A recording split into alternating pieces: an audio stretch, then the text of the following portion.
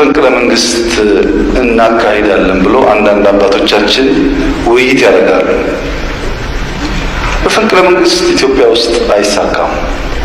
እኛ ወታደሮች ነን። መፈንቅለ መንግስት እንዳይሳካ አድርገን ተቋማት ሰራን። ኢትዮጵያ ውስጥ መፈንቅለ መንግስት አንዴ ተሳካ። የዛሬ 50 ዓመት ከ50 ዓመት በኋላ ብዙ የሚረቡና የማይረቡ ሙከራዎች ነበሩ፣ አልተሳኩም። አሁን ጭራሽ አይሳካም፣ ጭራሽ። እና ለወንድሞቼ ለታላላቆቼ ምክር መስጠት ፈልገው ጊዜ አታባክኑ፣ የወዳጆቻችንን አገር ገንዘብ አታባክኑ፣ ጌስት ሃውስን አታጣቡ፣ አይሳካም። በግጭት በጦርነት በሽፍታነት በመፈንቅለ መንግስት ስልጣን ኢትዮጵያ ውስጥ መያዝ ማለት ብሎኑ እንደተበላበት ጥርስ ማለት ነው። የሚሽከረከር እንጂ የማይሻገር ስፓናቶ የሆነ ብሎን ዝም ብሎ የሚሽከረከረው አያስርም፣ አይሻገርም። እዛውም ቦጭ እዛው መርገጥ እንጂ መሻገር አይችልም። በተደጋጋሚ እንደዚህ አይነት ምክር ስንለግስ ቀለል አድርገው የሄዱ ሰዎች በኋላ ዋጋ ይከፍላሉ።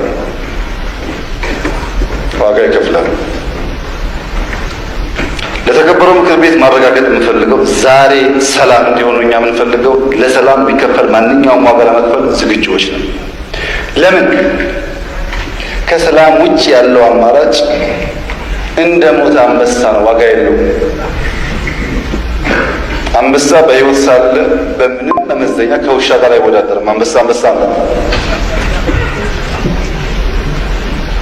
ጠቢቡ ግን ይለዋል የሞተ አንበሳ ሕያው ከሆነ ውሻ ያንሳል። ሕያው የሆነ ውሻ ከሞተ አንበሳ ይሻላል። ምክንያቱም ሕያው ስለሆነ። ሕያው የሆነው ቲንኪንግ እና እሳቤ እና አሰራር ከሞተው ከዛ እሳቤ ይሻላል።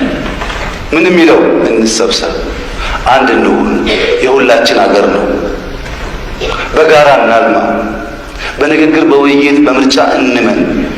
ይሄ በጣም ጠቃሚ ነገር ነው እንበልና ይሄ የማይሳካው ነገር ተሳካ እንበል።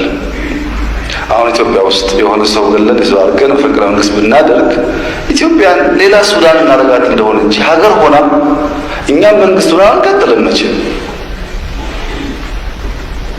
እንዴት ነው ሰዎች ይሄን የሚያስቡት? ሸኔ የኦሮሚያም ሸኔ ተሳክቶለት አዲስ አበባ ቢመጣ ምን ያደርጋል? ኢትዮጵያን ያፈርሳል እንጂ ከወዲሁ ካለኔ ሌላው ሰው አይደለም የሚል እሳቤ ይዞ አማራ ክልል ያለው ሸኔ ቢመጣ ምን ያደርጋል? የአባቶቼን ርስት ወርሳለሁ እያለ። ይሄ የሁላችን ርስት ነው፣ የአባቶች አይደለም፣ የአባቶቻችን ርስት ነው፣ የጋራ ርስታችን ነው። በጋራ ልንወርሰው ልናለማው የሚገባ ነው። ይህን እሳቤ ይዘህ ቢሳካልን ዋጋ ነው። ረመዳንና ጫት የሚያገናኘው ነገር የለም። እስላምና ጫት የሚያገናኘው ነገር የለም። እስላምና ጫት የሚያገናኘው ነገር የለም። ልክ እስላም ሲባል ጫት መለያው እንደሆነ ነገር ተደርጎ የሚሳለው ስዕል በጣም መጥፎ ነው። በጣም መጥፎ ነው። ልጆቻችን እየጨረሰን ያለው ጫት ጥርሳቸውን፣ ፊታቸውን፣ ደማቸውን መጥቶ እየጨረሰን ያለው። ተማር ጫት፣ የሆነ ስራ ጫት፣ ለማንኛውም እንቅስቃሴ ጫት ልክ እንደ መኪና እንደ ነዳጅ የሚያስብ ትውልድ ይሄ እናንተ የምታስቡትን ሀገር መሸከም አይችልም። በአንድ ቀን አናጠፋውም። ይሄ ነገር ልምምዱ የቆየ ስለሆነ ግን አስቡበት። አንደኛ እስላምና ጫት የሚያገናኘው ነገር የለም። ረመዳንና ጫት የሚያገናኘው ነገር የለም። ሰው ዝም ብሎ ከእራት እስከ ሱር ካልቃመ ያልጾመ እየመሰለው እንደሱ ትክክል አይደለምና ቢታሰብበት ቢመከርበት ጥሩ ነው። እየጎዳ ነው። በተለይ አንዳንዱ አካባቢ በጣም ችግር ነው እና የእናንተን እርዳታ በዚህ ጉዳይ እንፈልጋለን። አለሱማ ነው እኔ ጋር የለም። አንቺ ብቻ አለሽም እኮ ኢትዮጵያንማ እንኳን ትግራይና አማራ በዘርተተሽ በሰፈርም እኮ እንቧደናለን። ሲጀመር ሰኮርም ነው ተወልደ ያደገ የትም ትወለድ። አዎ፣ ግን እኔ በትግራይ አጀንዳ ገብቼ አይደለም። ይሄ ሁሉ ነገር ነው። ስላንቺ እያወራሁ አይደለም። እኔ በምሰማው ግን ያንቺ ድርቅናና የልብ ጥንካሬ በሽታ ያለው አንቺ ጋር ነው ይመስለኝ። ብትተይ ጥሩ ነው።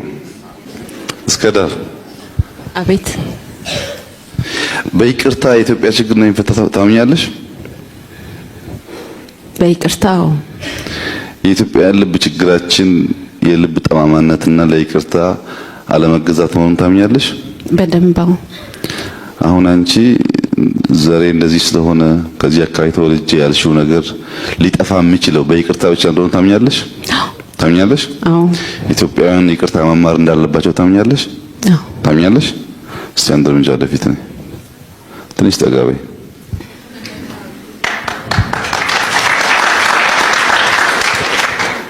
ኤልሳቤት አቤት እኛ ኢትዮጵያውያን ብንዋደድ፣ ብንተጋገዝ፣ ብንደጋገፍ ከባህሬን ከሳዑዲ ከዩኤኢ የሚሻል ህዝብ የሚሻል ተፈጥሮ እንዳለን ታምኛለሽ? ከሁሉም በልጥ ነበር ክፋት ባይኖር። ቀድመሽ የመለስሽ እኮ አስቸገርሽ። የኢትዮጵያውያን ችግር ክፋት መሆኑን ታምኛለሽ? ትልቁ ችግራችን ክፋትና ራስ ወዳድ መሆን ነው። እሱ ቢወጣ ከለማኝነት ከስደት ተገላግለን በሀገራችን ተከብረን እንደምንኖር ታምኛለሽ? በደንብ አምናለሁ። ሰው በሰደብሽው በገፋሽው ቁጥር እሱም ገፊ የሆነ ስለሚሄድ ማንም ቢመጣ መፍትሄ ያገኙ። አንቺ ለጥፋት ሁሉ ምንጭ እሷን ካረግሻት በእናንተ በኩል በሌሎች ኢትዮጵያውያን በኩል ችግር የለም ብለሽ ካሰብሽ መፍትሄ አይገኝም። ማለት ዶላር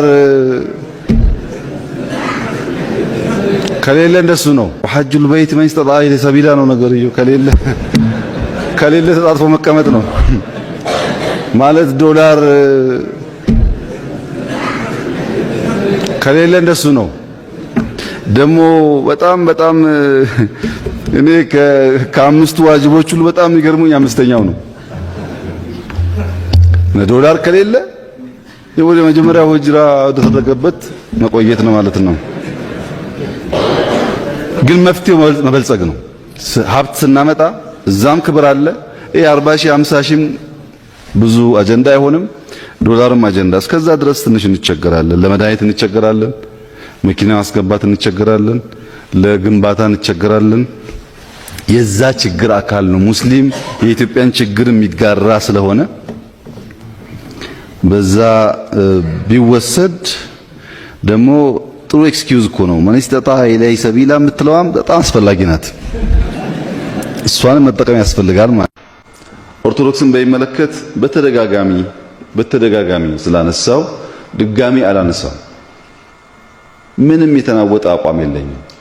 የኢትዮጵያ መሰረት፣ የኢትዮጵያ ጽኑ ምሰሶ፣ አስፈላጊ ተቋም እንደሆነች በሙሉ ልብ ነው ማምነው። ኦርቶዶክስ መነካት አለባት የሚል በፍጹም እምነቱም የለኝም ሐሳቡም የለኝም።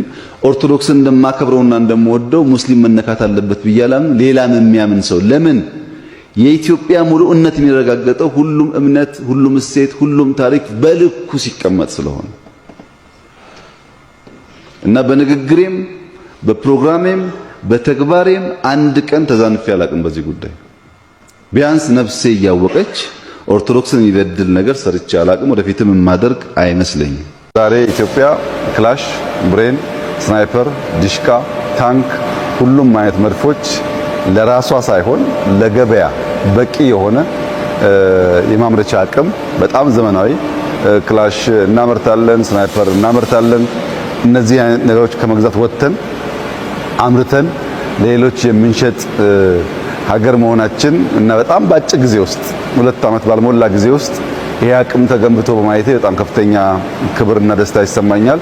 እኔ ወታደር ነኝ፣ ይገባኛል።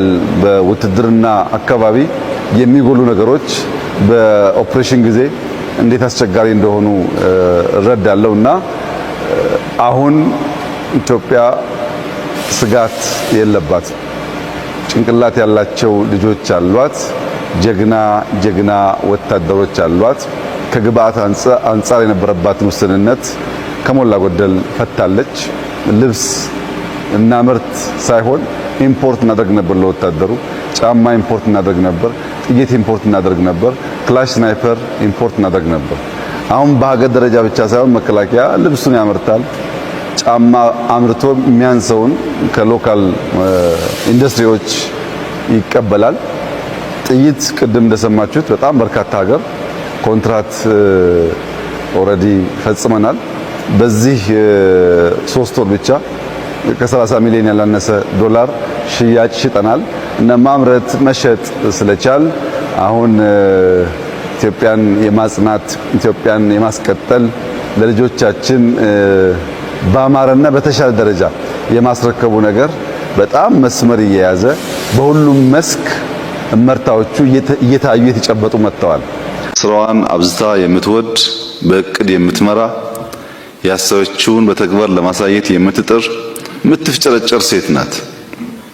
ካቢኔዎች ግን ውስጡን ይናደዳሉ። ሴትዮ እያጋለጠችን ነው፣ እየሰራች እያሳየች እኛን እንደማንሰራ ታደርገናለች የሚል የውስጥ ቅሬታ ይይዙባታል እና በአንድ ወቅት አለቃቸው ባሉበት ሪፖርት ሲያቀርቡ እቺ እንስት በሰራችው ስራ አንደኛ የወጣች ስራዋን በደንብ የሰራች ጎበዝ ሴት ናት ትባላለች እና ከነሱ መካከል በዚህ ውሳኔ የተበሳጩ ሰዎች ወደ አለቃቸው ቀረብ ብለው እኛ እኮ የቸገረን አንድ ነገር ነው፣ ይሄ ጉዳይ ቢፈታልን እኮ ሁላችንም ጥሩ ስራ እንሰራ ነበረ፣ ይሄ ችግራችንን ግን እርሶ ቢገነዘቡልን ጥሩ ነው ይላሉ።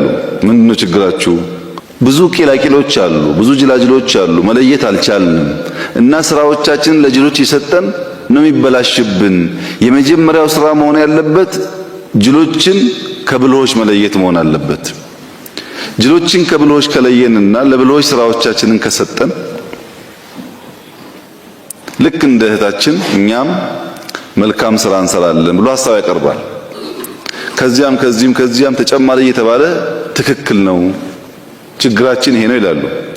ያው ታውቃላችሁ ብዙሃን ካሉ መቀበል ልማዳችን ስለሆነ እነዛ አድብተው ተመካክረው ተንኮል እየሰሩ መሆኑን ጊዜ የሚፈታው ቢሆንም ለወቅቱ ግን ተቀባይነት ታገኘ ሐሳቡ። እንዴት እንለይ? አይ ለመለየትማ ከኛ መካከል ብርቷ ሴት እሷ ነች። በስራ ያሳየች ሴት ስለሆነች የምታውቀው ምስጢር ሊኖር ስለሚችል 5 ዋና ዋና ጅሎች 5 ዋና ዋና ቂሎች ለይታ ታምጣ። ከዚያ ትምህርት ወስደን እኛ ስራችንን እናሻሽላለን ይላሉ። ያው እንዳልኳችሁ በርከት ያሉ ሰዎች ናቸው ያደሙት።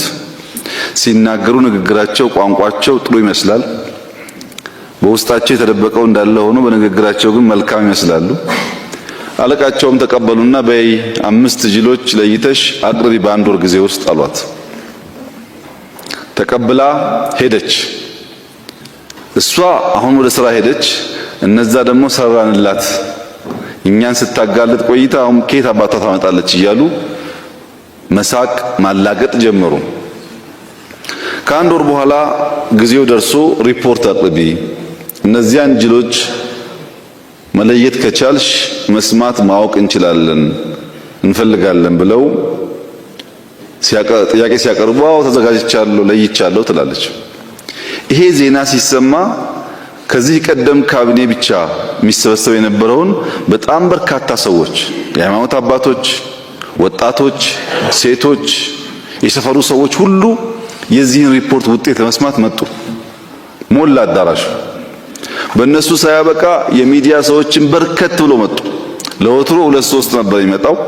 የዛን ቀን ግን ሰፋ ብለው መጡ እነዚህን 5 ጅሎች ለማወቅ። ከዛ ያቺን እንስት ዝግጁ ነሽ ወይ ስራሽን ጨረሽ ወይ ሲሏት አዎ ጨርሻለሁ ማቅረብ እችላለሁ ሪፖርቱን አለች። ጀምሪ ትባላለች። ስትባል አንድ ሰው ታስጠራለች። አንደኛው ጅል ይሄ ሰውዬ ነው ትላለች። ምን አደረገ ሲሏት ሰረገላ ላይ ቆሞ ሰረገላው እየተጓዘ በውስጡ ፍራፍሬ ያሉት ቅርጫት ተሸክሞ ቆሟል። ለምን ትሸከማለህ ስንለው ሰረገላው እንዳይደክም ፈረሶቹ እንዳይደክሙ ብዬ ነው ተሸክሜ የቆምኩት አለ። ሁሉም ሰው ሳቀ፣ ተደሰተ። ሚዲያውም ደስ አለው፣ ታዛቢውም ደስ አለው። ሳቁ ሁሉም። ሄደ። ሁለተኛ ሰው መጣ። ይሄ ደግሞ ሰው ቤት ሰርቶ በቤቱ አናት ላይ ከብቶች ልክ ጤፍ ሲረገጥ እንደሚረገጠው ጣራው ላይ ከብቶች ሲያስኬድ ተገኝቶ ነው የመጣው። ለምን እንደዛ አደረክ ሲባል በቤት ጣራ ላይ ሳር ስለበቀለ ሳሩ እንዲበሉት ነው። እንግዲህ ሳር ሊበሉ ወጥቶ ያው ቤት ስለሚያፈርሱ ሰው ሁሉ ሳቀ። እስካሁን ደስታ ነው፣ ፌሽታ ነው፣ ሳቅ ነው ቤት ውስጥ ያለው። ሪፖርቱም አስገራሚ ነው። ሶስተኛውን አቅርቢ ስትባል ሶስተኛውማ ይሄ የተከበረው ካቢኔ ነው አለች። እንዴት? ስንት ድሃ ባለበት፣ ስንት የመንገድ ችግር ባለበት፣ ስንት የውሃ ችግር ባለበት፣ ስንት ሊሰራ የሚችል ስራ እያለ 5 ጅል እንለይ ብሎ የወሰነ ካቢኔ ጅል ነው አለች።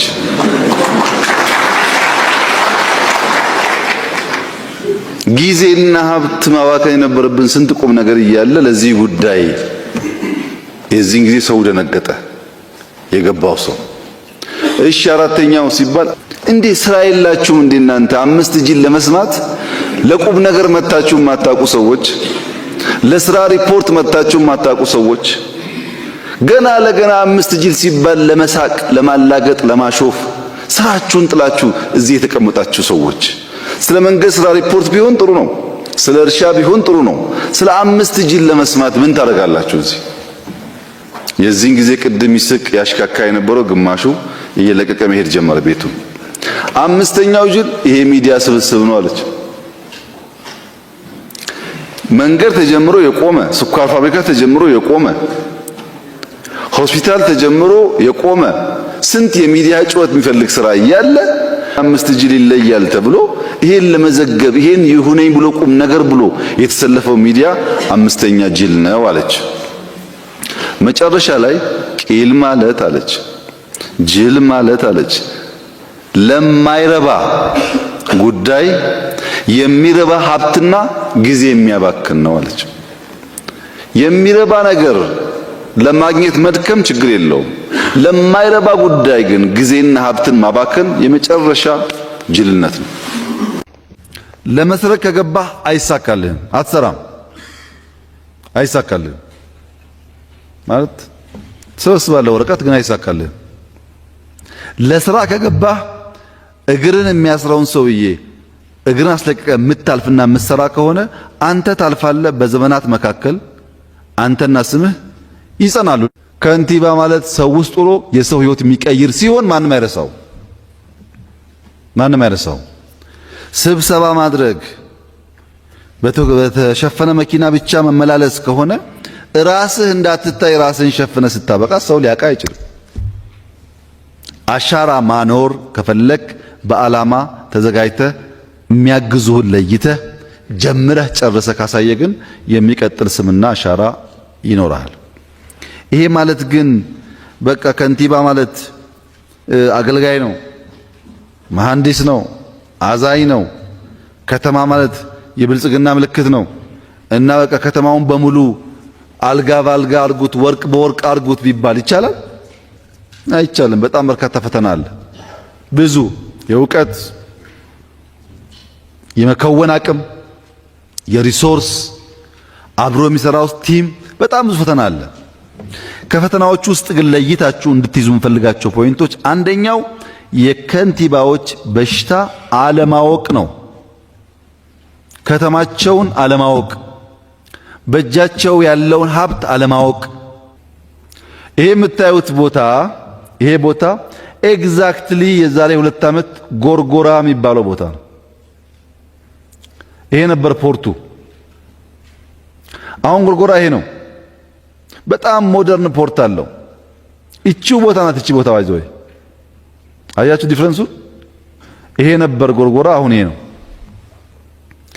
አንደኛው የኛ ችግር በእጃችን ያለውን አለማወቅ ነው እንጂ እያንዳንዱ ከተማ ውስጥ አስደማሚ ሀብት አለ። መሬቱ፣ ውሃው፣ ውበቱ ያን ሐሳብ ያላቸው ሰው ተጠቅሞ ሀብት ፈልጎ ትንሽዬ ነገር እያደረጉ ማባዛት የኛ ስራ ይሆናል። አብኩተ ስራና ሳይ ቁጭ ብሎ እንደዚህ ነው ምናምን ምን ይሰራልኛል? ነገር ስንጠቃ ዴሊቨሪ ውጤት ነው የምፈልገው። ይሄን በእናንተ ክፍለ ከተማ ይታያል። ማን ስራ እንደሚሰራ አያለው። ደግሞ መጣለው ችግር የለውም እንደምታውቁት ስለሆነ ይሄን ካደረጋችሁ በኋላ ይሄ ካቢኔ ትምህርት ይማርና ይሰፋል ማለት ነው። እስቲ እናንተ አራታችሁ ስሩና ይሄ አስተባባሪ ይሄ ምናምን ጨረታ ተውና ግቡና ስራውን ስሩት። ረመዳን እና በአብይ ጾም ለብዙ ደሃዎች ምግብ ለማብላት ካለን ለማካፈል ከተጣላናቸው ለመታረቅ ካሰርናቸው ለመፍታት ልባችንን በብዙ አስፍተን ኢትዮጵያን አንድ